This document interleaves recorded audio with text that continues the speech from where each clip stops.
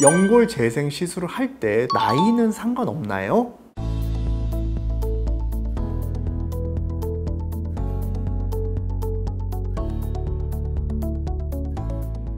안녕하십니까, 박정환의 관절연구소, 저는 정형외과 전문의 박정환입니다. 오늘 이 시간에는 무릎 연골 재생 수술에 많이 사용되는 카티스템과 카티라이프 이야기를 좀 해보려고 합니다. 많이들 물어보시고 또 먼저 찾아보고 또 병원에 와서 저는 카티스템 하고 싶어요, 저는 카티라이프 하고 싶어요, 이렇게 얘기하시는 분들도 꽤 있으세요. 그래서 둘 다 이제 줄기세포 치료라고 오해를 하시는 경우들도 있어요. 제가 전 시간에 얘기했지만 카티스템은 줄기세포 치료가 맞습니다. 카티라이프는 내 늑골에 연골 세포를 채취해서 배양을 해서 내 무릎 관절에 넣어주는 치료다. 일단 두 가지가 좀 이렇게 다릅니다. 카티라이프는 줄기세포 치료 방법은 아니다, 우선 이렇게 말씀 좀 드리고 싶고요. 두 가지 다 적응증은 어떻게 보면 비슷합니다. 무릎 관절염이 생겼어요. 그러면 약물 치료도 하고 무릎의 나쁜 자세를 피하는 그런 교육도 받게 되고요. 근력 강화 운동도 하고, 그 다음에 이제 뭐 무릎에 주사 치료 같은 것도 많이 하죠. 연골 주사, 콘주란, 콜라겐 이런 것들 주사 치료도 해보다가 관절경 시술 같은 것도 하고, 안 되면 인공관절 수술로 하는, 이게 이제 전통적인 방법이었다면, 이제는 인공관절 수술 전 단계에 연골 재생을 시켜줄 수 있는 이런 하나의 옵션이 좀 추가되었다, 이렇게 말씀드릴 수 있을 것 같아요. 무릎에 먼저 관절염이 있는지 확인할 때 엑스레이를 찍죠. 엑스레이를 찍으면 켈그렌 로렌스 그레이드, KL 그레이드라고 부르는데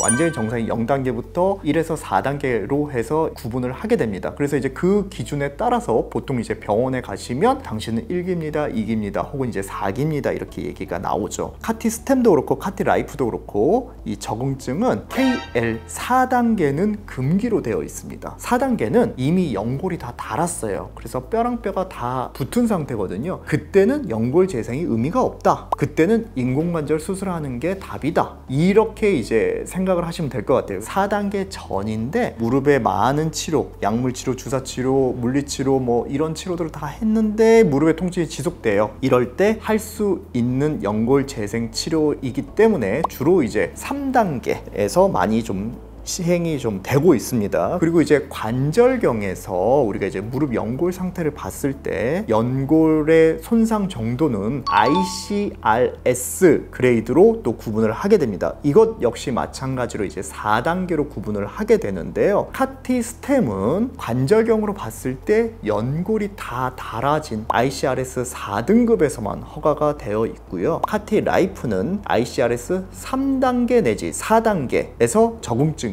되고 있는 상황이고요. 사용 가능한 연골 결손의 면적은 카티스템은 사실 상관이 없어요. 면적이 넓더라도 여러 병을 사용하면 되기 때문에 면적 개념은 상관이 없고요. 카티라이프 같은 경우는 2 내지 10 제곱센티미터까지 그 사이에 해당돼야 됩니다. 2제곱센티미터 이하여도 적응증이 안 되는 거고요. 10제곱센티가 넘어가면 연골 재생 능력이 좀 떨어지기 때문에 주변 연골이 어느 정도 있어야 되기 때문에 그건 역시 적응증이 되지 않는다, 그렇게 정리해서 말씀드릴 수 있겠습니다. 그래서 이제 연골을 재생할 목적으로 우리나라에서는 2012년도부터 카티스템이 지금 이용이 되고 있고요. 카티라이프는 조금 후발주자가 됐어요. 2019년도부터 지금 시행이 되고 있습니다. 그래서 카티스템 같은 경우 이제 10년 이상 되면서 많은 분들이 이제 효과가 있고 상대적으로 이제 뭐 합병증이나 부작용이 없다 보니까 아직까지 뭐 잘 이어져 오고 있고요. 카티라이프도 이제 최근에 뭐 좀 많이 떠오르는 신흥 강자다, 이렇게 좀 말씀드릴 수 있을 것 같습니다. 두 가지는 이제 수술 방법이 좀 다르죠. 카티스템은 다른 사람의 줄기세포를 사용을 하는 거고, 보통 이제 제대혈이라고 부르는 갓 태어난 아이의 탯줄, 태반에서 추출한 줄기세포를 배양을 해서 넣어주는 거기 때문에 수술은 한 번만 하면 됩니다. 전신 마취나 하반신 마취를 한 후에 뼈에다가 구멍을 여러 개 뚫고 제품화 되어서 나온 카티스템을 거기다가 이제 넣어주는 거예요. 그러면 그게 이제 시간이 지나면서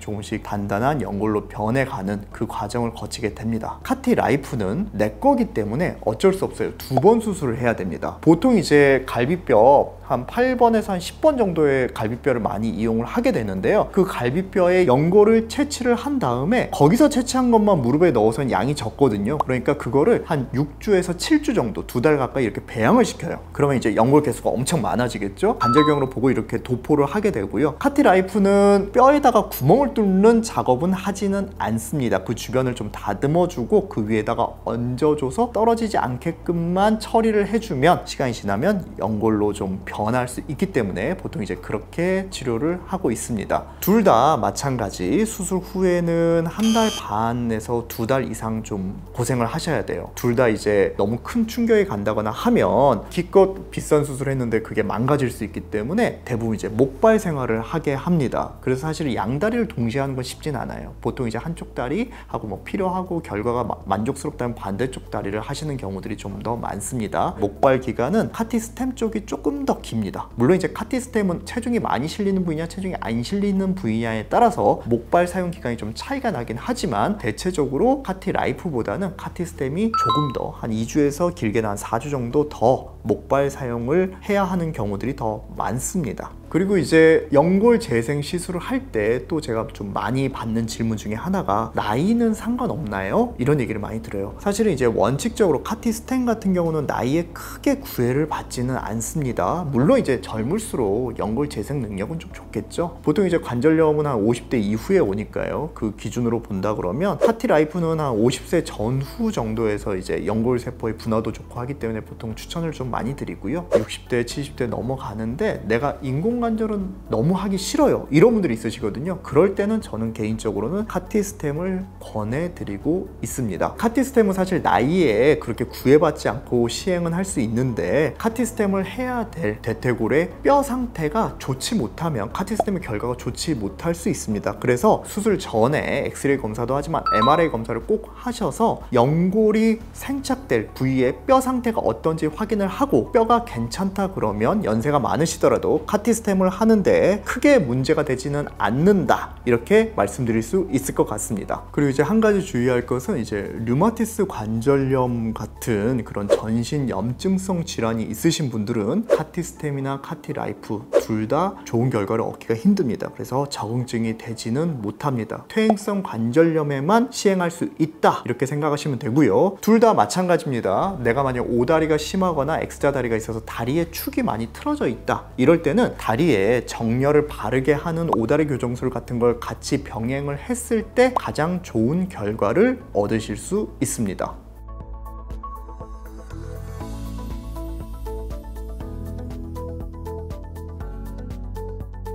오늘 이 시간에는 연골 재생 수술 중에서 가장 많이 시행되고 있는 카티스템과 카티라이프에 대해서 말씀드렸습니다. 다음 시간에는 또 다른 줄기세포로 요즘 많이 시행되고 있는 자가골수 줄기세포 치료에 대해서 이야기 드려보려고 합니다. 감사합니다.